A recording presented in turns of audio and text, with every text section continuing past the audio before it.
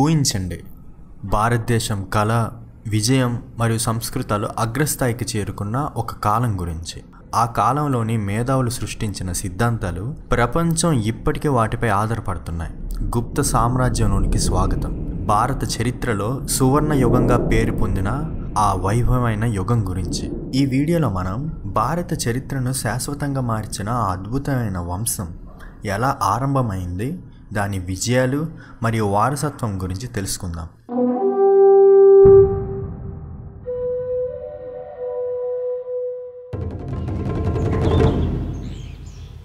4వ శతాబ్దం వచ్చేసరికి భారతదేశపు గొప్ప సామ్రాజ్యాలు, పాత సాంప్రదాయాలు మసిపడిన స్మారక చిహ్నాల్లోనే మిగిలిపోయాయి. దేశం చిన్న చిన్న రాజ్యాలుగా చీలిపోయి పూర్తిగా విభజనకు గురైంది.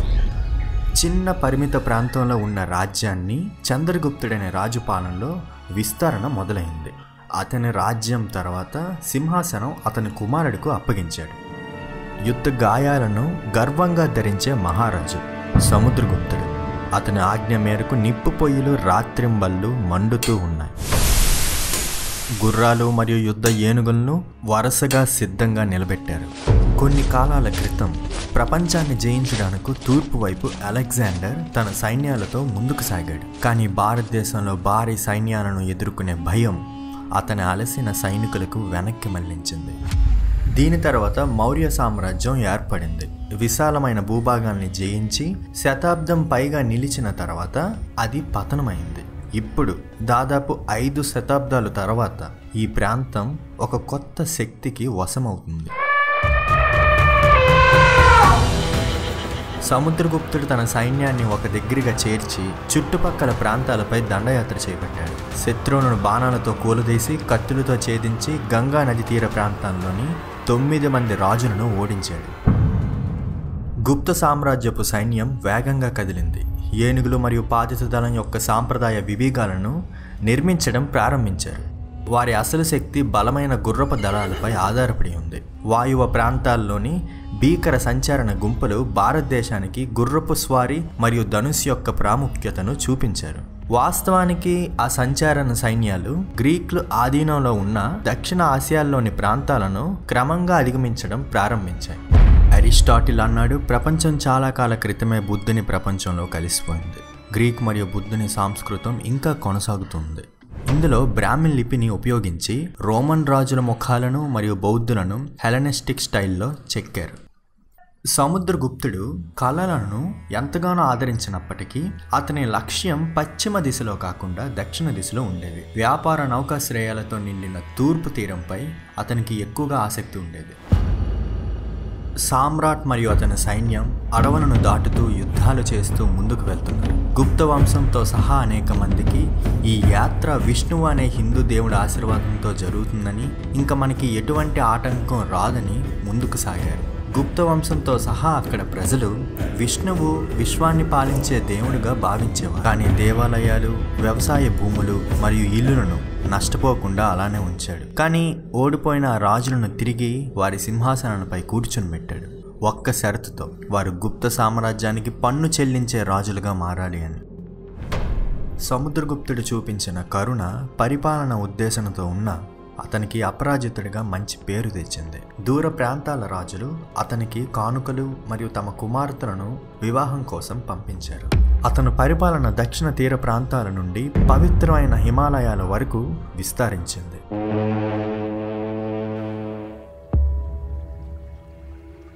సముద్రగుప్తుడు ఆ తర్వాత ప్రాచీన అశ్వమేధ యజ్ఞం నిర్మించాడు. ఈ యజ్ఞంలో ఒక గుర్రాన్ని ఏడాది పాటు తిరగడానికి స్వేచ్ఛగా విడిచిపెడతారు.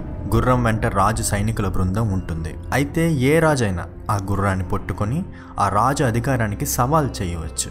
కానీ ఎవరు అలా చేయలేదు. అయితే సైనిక బృందం సురక్షంగా తిరిగి వచ్చింది మరియు ఆ గుర్రాన్ని యజ్ఞంలో పూజార్థంగా అర్పించారు.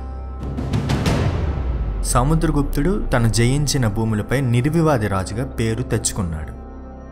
అతని తర్వాత గుప్త వంశం కొనసాగింది. అతని కుమారుడు చంద్రగుప్తుడు II విజయ పథకాన్ని ఎగరేసి శత్రువులను ఓడించాడు. తన సామ్రాజ్యాన్ని పశ్చిమ తీర ప్రాంతాల వరకు విస్తరించాడు. అక్కడ దూర ప్రాంతాల నుంచి వ్యాపారులు వస్తూ వాణిజ్యం చేసేవారు.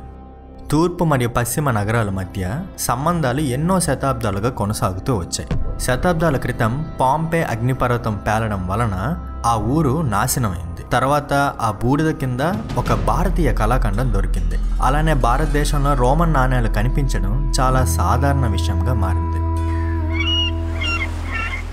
దూర ప్రాంతాల ప్రజల మధ్య తత్వాలు మరియు ఆలోచనలు ఒకరితో ఒకరు పంచుకుంటూ ఉండేవారు. అలానే రోమన్ ఈజిప్ట్ నుండి బంగారం, వెండి, ఇటాలియన్ వైన్లు అనేవి వస్తూ ఉండేవి. మన భారతదేశపు నుంచి దంతం, మసాలాలు, చక్కటి పట్టులు, ఇనుము మరియు ఉక్కు కోసం మార్పిడి చేయబడేది. ప్రాచీన కాలంలో భారతదేశపు కార్మికులు అధిక నాణ్యత గల లోహ పనుల కోసం మంచి పేరునే పొందారు.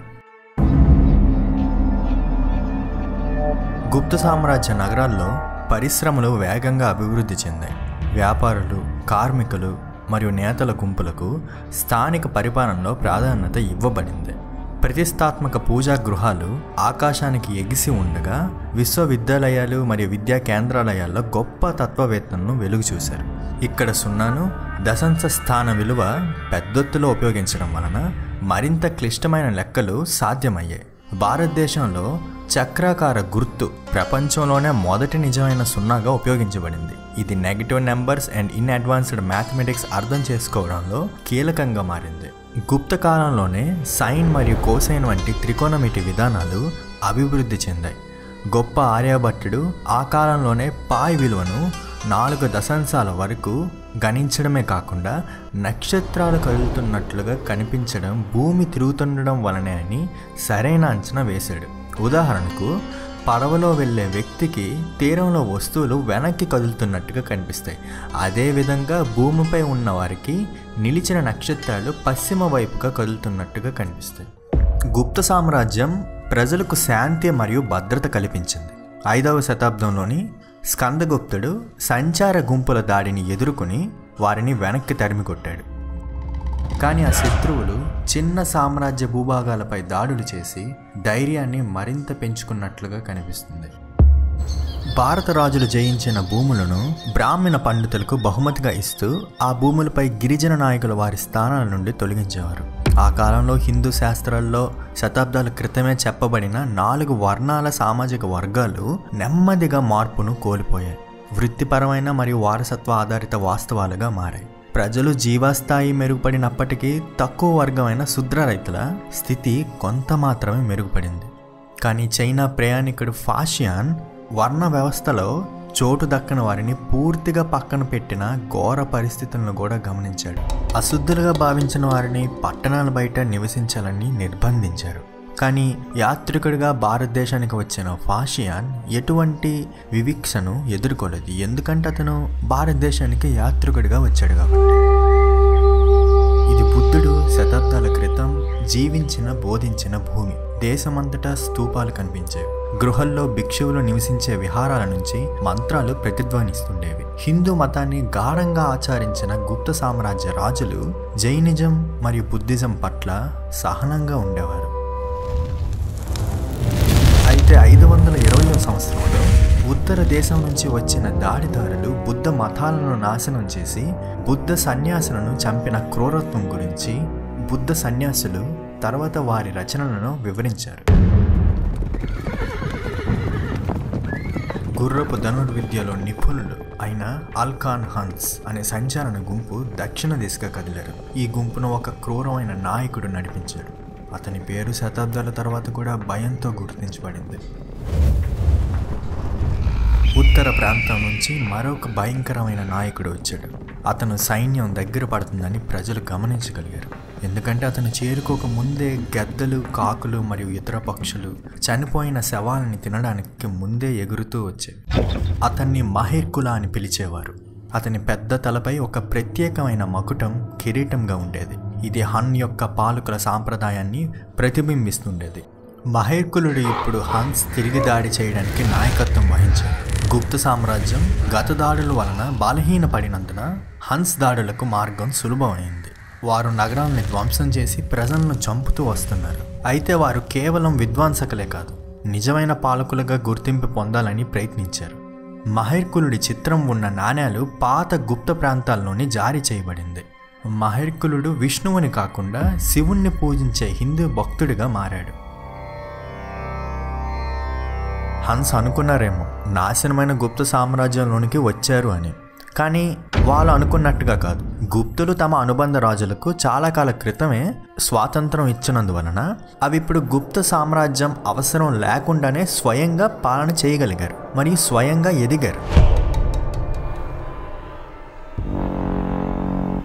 దక్షిణ భారతదేశంలోని ఆలిఖారా వంశానికి చెందిన రాజు యశోధవర్మన్తో సహా ప్రాంతీయ రాజులు కలిసి మహర్కులుడిని ఎదుర్కొన్నారు.